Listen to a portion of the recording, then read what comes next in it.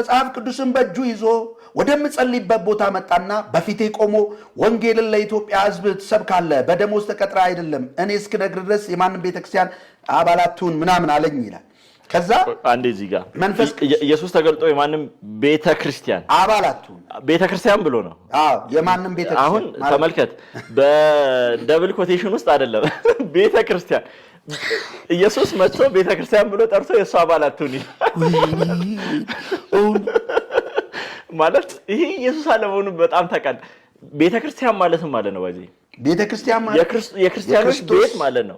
ክርስቲያን የሚለው ደግሞ የክርስቶስ ተከታዮች። ቤተክርስቲያን ማለት በክርስቶስ ተመርጦ የወጣ ህዝብ አይደል? ኦፍ ኮርስ የራሱ የክርስቶስ ቤት ማለት የክርስቶስ ህዝብ ማለት አይደል?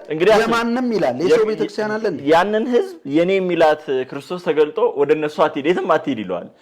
በነገራችን ላይ ያማን እዚህ ላይ ምንድነው በጣም የሚገርመው ይቅርታና ቤተክርስቲያን እውነተኛዋ የቷ ነች ብዬ ስጠይቅ ይላል እስከ አሳየት ማትሄዳለው ነው። በኋላስ የኔ ቤተክርስቲያን ዩፒሲአይ ማለት ዋነስ ፔንቴኮስታል ዓለም አቀፉ ብሎ ላከው።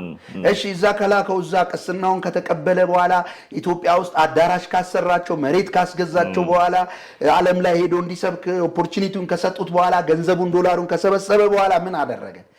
ኢየሱስ ተገለጠልኝና ይላል ስጋዬ ሰማያዊ ነው፣ እቺ ቤተክርስቲያን ደግሞ ስጋ ከማርያም ነው ይላሉ። ስለዚህ ውጣ የኔ ቤተክርስቲያን አይደለችም አለኝ። ኢየሱስ ይዋሻል?